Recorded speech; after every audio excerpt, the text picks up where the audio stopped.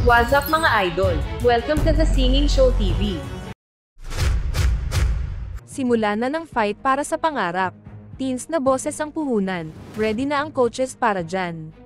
Mula sa nakaraang 9 seasons pinasikat ang mga pangarap ng magagaling na young artist na ating hinahangaan. Bago natin panoorin mga idol ang highlights, huwag niyong kalimutan pindutin ang subscribe button para updated kayo sa mga latest video. Alicia 13 years old, Tubong Manila, daddy's girl, mabait, masunurin na bata at mabilis matuto. Natutong kumanta noong 5 years old pa lang. Mahiyain pero dahil sa pagsama niya sa kanyang papa sa banda ay naging confident siya sa sarili niya. Panoorin natin ang highlights ng kanyang audition.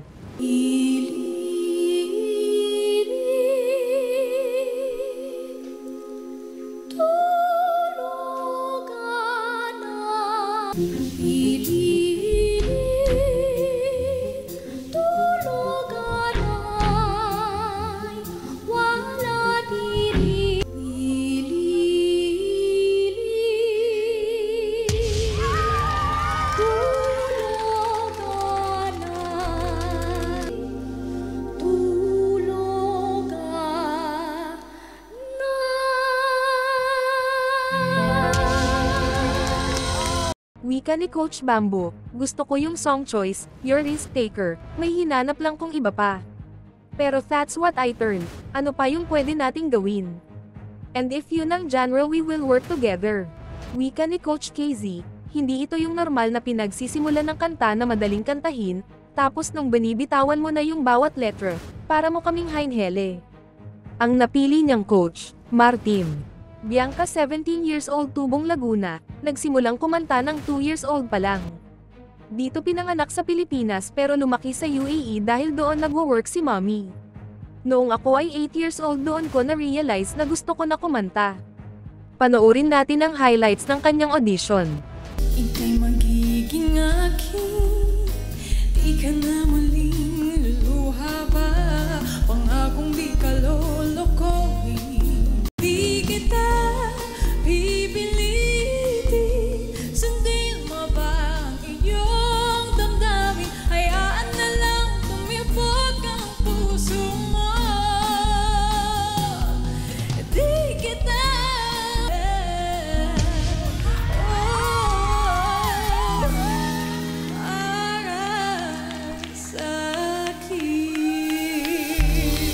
Wika ni Coach Bamboo, it just felt flawless, that you deserve from the show. Wika ni Coach KZ, consistent ka nag-perform, eto yung song na mahirap ikutan kasi eto yung song naghahanap kami ng moment. I think you have the potential. Ang pinili niyang coach, Team Supreme. Antoinette 16 years old, Tubong Batangas City, I am introvert, even magsasalita lang sa harap ng tao, kinakabahan na ako.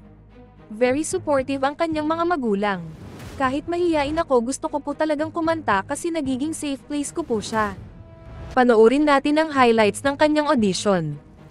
Di ko inakalang darating din siya ating. Paano mo na itama ang tadhana? Sinubukan kong lumisan at nabago ang mundo. Sa panalangin ko. Wika ni Coach Bamboo, umikot ko agad kasi I need someone to lift me up. I've worked with introvert, baka they don't feel fit in sa ibang lugar sa Team Kawayan dito at home sila.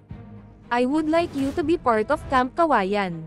Wika ni Coach KZ, ako nakaka-relate sa'yo, dati sumasali ako sa mga singing competition, noong una sumasali ako for extra grade pero dumating yung time kaya ginagawa ko palata kasi I love doing it. Ang pinili niyang coach, Camp Kawayan. Wendy 15 years old, Tubong Laguna, passionate ako sa mga bagay na ginagawa ko tulad ng pagkanta, pagsayaw, pagpaint, at pag-aaral po, kaya naman consistent honor student si Wendy. Panoorin natin ang highlights ng kanyang audition. There's no way, no, no, no, no way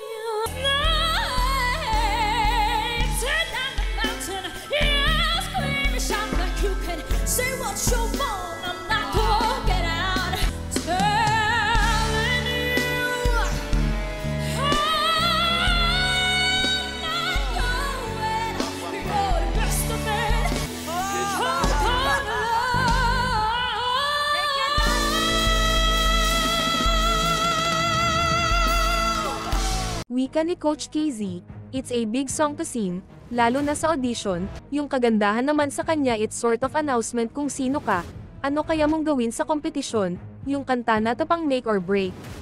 Dahil sa block si KZ, ang kanyang coach, Martin. Evo 17 years old tubong Tarlac, only child lumipat ako sa bukid ng lolo ko kasi walang parehong trabaho ang magulang ko nung time na yon.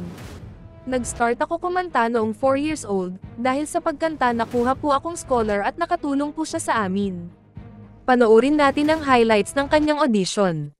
Be my lady, baby you could lose to pain if you just tell me. Be my lady, just forget the past, it's time to mend your broken heart. Be my lady, let the sun shine through your heart.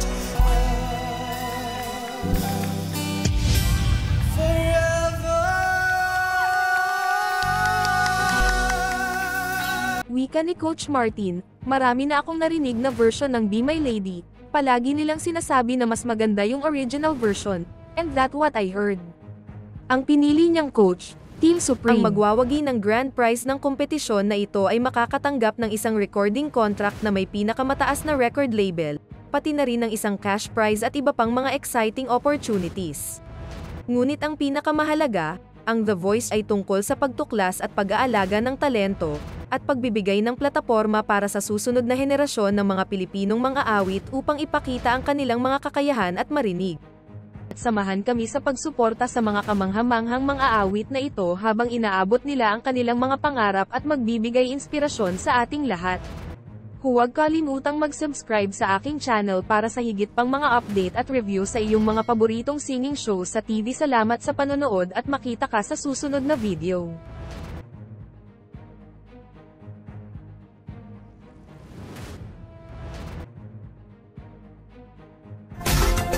Salamat sa inyong panonood!